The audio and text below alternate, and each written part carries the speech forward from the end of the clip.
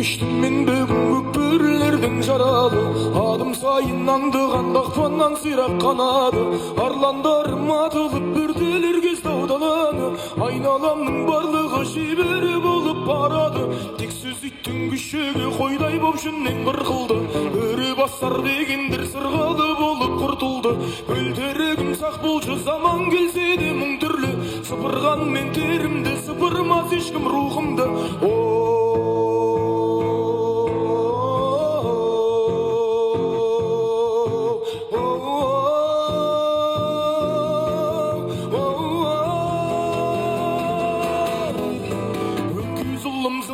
Қара орманның қақпасы, қара жерде шыңғыртар жоныңнан тілген таспасы.